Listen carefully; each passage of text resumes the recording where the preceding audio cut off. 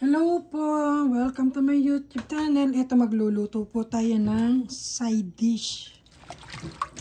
Ito po ang ating spinach, sariwang-sariwa. Kita nyo guys. Hugasan po natin mabuti para mawala yung mga alikabok dito sa mga pagitan na to. Ayan. And then, pag nahugasan na natin to guys, patiktikan lang natin ng konti.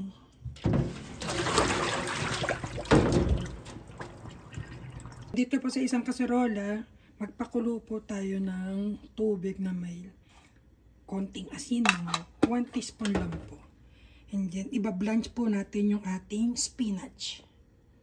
So, habang hinihintay po natin siyang kumulo, itong pinakapuno ng spinach, tatanggalin po natin yan. Ganyan po. Kasi medyo matigas siya. Anyways, hindi ko naman siya kakainin guys. Tatanggalin ko din. Pero maigi na rin yung malinis talaga. So ayan guys. Medyo kumukulo na yung ating tubig. So uunahin po natin yung pinakatangkay. Dahil medyo mataba po yung ating spinach at malago. So, ayan. Unahin natin yung pinakapuno. At yan, habang tumatagal, unti-unti siyang nalalanta. Magbe-bend na po yan. So, ayan. Okay, time guys.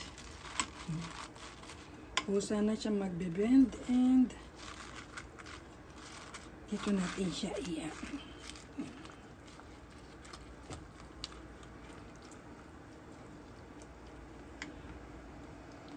So guys, mga 10 seconds lang. 1, 2, 3, 4, 5, 6, 7, 8, 9, 10. So, 10 seconds lang po guys. 10 seconds lang siya guys. And hanguin na natin.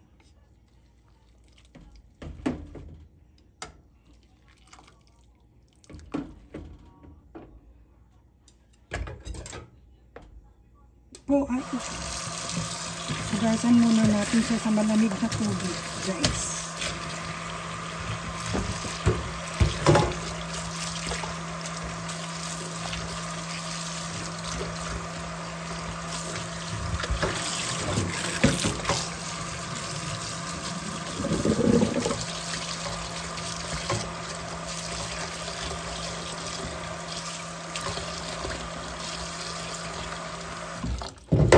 Hindi ko na siya kailangan lagyan ng yellow guys, yung tubig. Kasi alam niyo bakit. Magwi-winter na dito sa Japan. Malamig na yung tubig. So, ito po yung ating spinach. So, squeeze lang po natin siya para matanggal yung extra water niya. Magbawasan.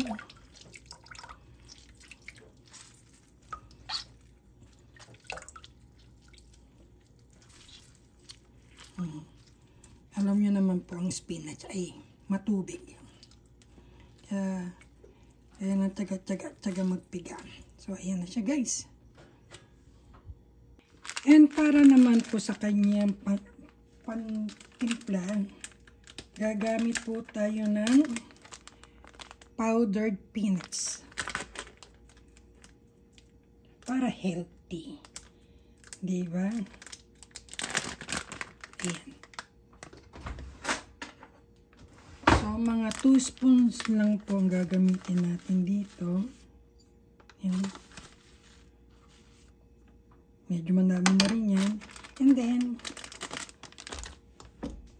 half teaspoon po ng sugar muna. Tansyahin natin. And, konting toyo guys. Konting-konti lang. Haluin natin.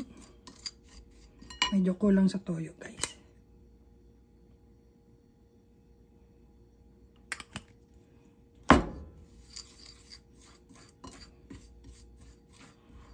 i-mix lang po natin siya ng husto. So, ayan po, na-mix na natin yung ating peanuts. So, i-cut na po natin tong ating spinach naman. 4 nuts. And then, hatiin po natin siya sa 4. Yan, ganyan po. Then, tayin natin sa isang plato. And isama na po natin to guys. Hahaluin po natin yan hanggang sa ma-absorb ng spinach yung ating peanuts with sugar. Ito po ang aking side dish. Actually, kinakamay to guys sa paghahalo. Kaya lang, since mahaba ang aking kuko, so baka mabash ako na ang haba ng kuko mo, naghahalo ka ng yan. Kaya tsagain natin ng ganyan. Pag mahaba ang kuko ko guys, pagka mga ganito, hindi ako nagkakamay. Tinatsaga ko siyang haluin. Tsaga. Kusa na po yan magtutubig guys. Dahil yung spinach po natin may tubig talaga yan. Kahit pinigaan ko na. So, tsaga lang talaga na haluin siya.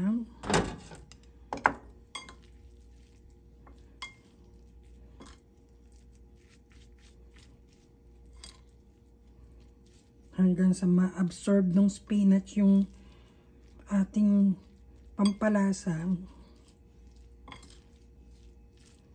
Although ito, guys, pinapapak ko to.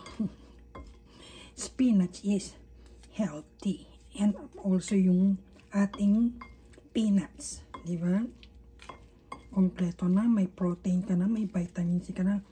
Meron ka pang iba't ibang klaseng sustansya na makukuha dito. Hindi ko lang alam yung ibang vitamins na makukuha dito. Hindi naman ako nutritionist. Nagluluto lang ako.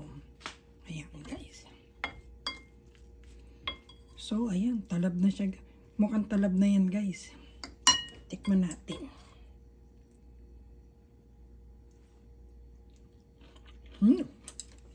Perfect guys. Ayan. So ayan po ang ating spinach with peanuts. Powdered peanuts po. I hope you like this video. Thank you for watching. Sana magustuhan nyo itong aking simpleng recipe. Bye! God bless! Please don't forget to like and subscribe.